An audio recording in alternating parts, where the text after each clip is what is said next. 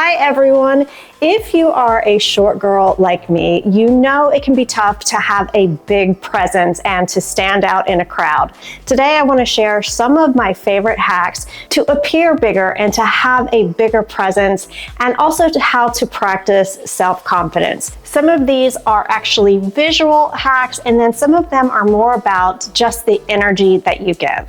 Let's get started. So for the first one, I just mentioned energy. So the first tip is paying attention to your posture and the energy that you're giving out. If you ever watch TED Talks on YouTube, they talk a lot about power poses and using up space to have a bigger presence. And there was something I was doing in my own workplace that I didn't even know that I was doing until it was brought to my attention. So I work in a corporate environment, and every year I have to give a presentation to high-level executives. Very, very nerve-wracking. And something about me is that I am high anxiety. I like anxiety on level 10. And so every year this would bring so much almost debilitating anxiety for me. As a matter of fact, every time I step in front of this camera, every time I go to film a video for YouTube, it's terrifying. I'm terrified. But those are the types of things that I have to work through on a daily. That's just me. So back during the COVID days, all of these presentations that I had to give yearly, they were on Zoom calls. So I was sitting down, and this particular year I was having a lot of trouble, just crippling anxiety. And I was working with a career coach slash therapist, telling her about this anxiety and how I didn't think I could do it, and who was I to present all this information. And she just stopped me dead in my tracks. And she said, "Lori, I have a question for you. How are you sitting when you're giving these presentations?" And I'll put a picture on the screen of how I typically sit in my chair. I sit with my legs crossed, I'm hunched over,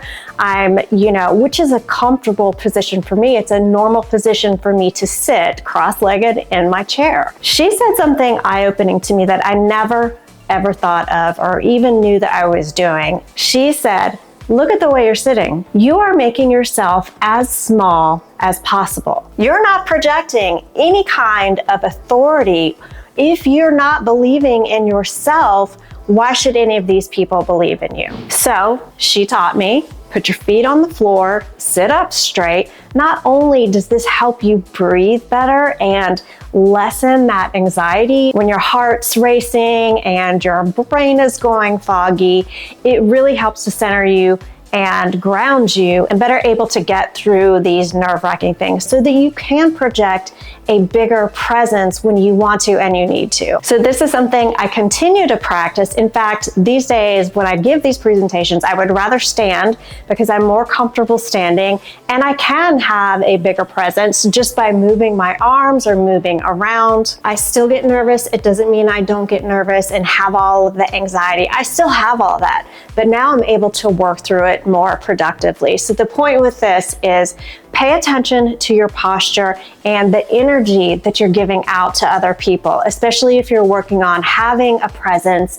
and working on self-confidence. Okay, so the next tip is verbal and external cues. And what I mean by that is having eye contact with somebody when you're talking to them, and especially when you're listening. Not always easy to do, but it's something that you can practice. Also, when you walk past somebody in the hallway, on the street, in a restaurant, be the first person to speak, even if it's a complete stranger. Instead of just, giving the polite smile or nod, say hello, how are you? Even if you don't know them, that really helps me to break that uncomfortable ice. And then the next one, and this point is such a good one. I wish I was the one that came up with this, but I heard it recently, and this is something I do all of the time. And that is always apologizing for no real reason. Oh my God, I'm so sorry, blah, blah, blah. Oh my God, I'm so sorry, I'm so sorry. Stop apologizing. So a few examples would be if you walk in late to a meeting, instead of, "Oh my God, I'm so sorry, thank you for waiting on me."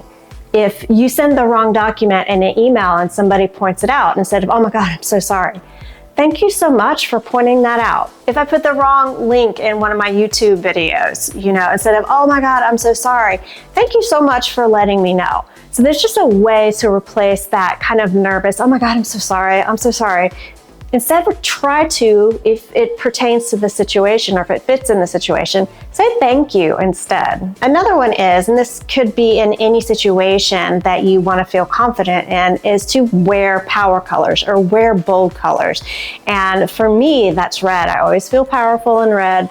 For you, it might be all black. If it's hot pink that you just feel bold and confident in, wear colors that make you feel bold, that make you feel good and powerful. The next one is to really practice emulating or being like someone that you deem to be very confident. I think we all have those people in our lives where you think, gosh, if I could just be like her. She seems so confident and she talks so easily. So find that person in your life and start to mirror their actions and mirror what you portray as confident. Confidence is not anything that any of us are born with. It is a skill that needs to be honed and practiced over and over again. I mentioned TED Talks earlier in the video, and if you've ever seen Amy Cuddy, she has a wonderful saying that she says, it's not fake it until you make it. It's fake it until you become it. And it is the truest statement that I've ever heard.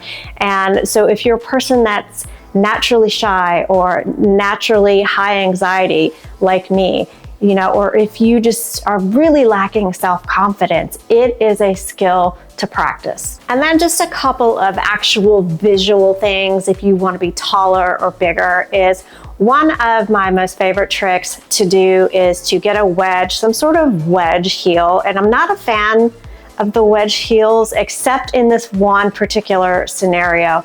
And that is wearing them with either jeans or a pair of slacks that completely cover that wedge heel. I just don't think it's particularly flattering on legs, but if you don't want to wear, heels that are uncomfortable, and who can stand in those all day, try pairing a wedge heel because one, they're comfortable, but try pairing them with your pants or your jeans. And they have to be probably either a boot cut or at least a straight leg. And they need to be at least a boot cut, or some straight legs will work too, so the bottom of the pant is actually covering those, because then you actually do get that height, but nobody can see that you might have a 3 or 4 or a 5-inch heel under there, but you get the bonus of them being comfortable. Another trick that I like to do when I get dressed, especially if I know I have something important coming up, or if I just want to feel great walking out the door, is to always add 2 accessories to what I'm wearing. I might already have my earrings on, or I might already have my watch on, but maybe put on a belt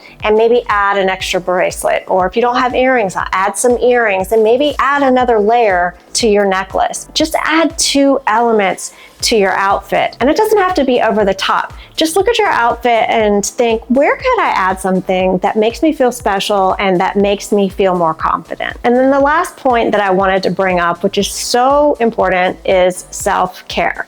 Because self-care translates to self-confidence.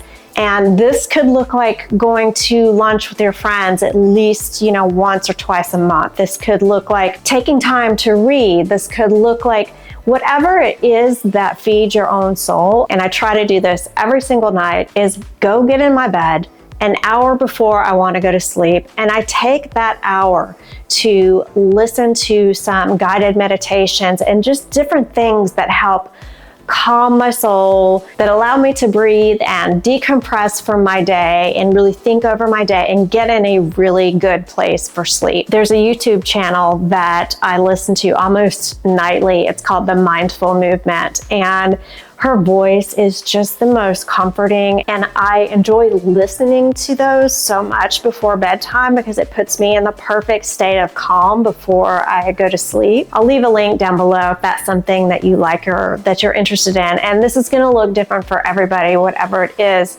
But take time to self-care. It's so important, and it can do so much for you and your confidence and just your soul. I hope that some of these were helpful for you. Like I mentioned, self-confidence is something that we have to work on, and I know I have to work on it. And as a person who has anxiety on level 10 almost every single day, some of these have been invaluable to me to kind of work through anxiety and just confidence and other issues. So I hope that you found some of them helpful. Take what's helpful and leave the rest. If you're new here, I hope that you choose to stay and subscribe. I would really appreciate it. Leave a comment. I would love to hear if you have any tips and tricks. Share them with me, share them with the community, and thank you again for being here. I hope to see you in the next video. Bye.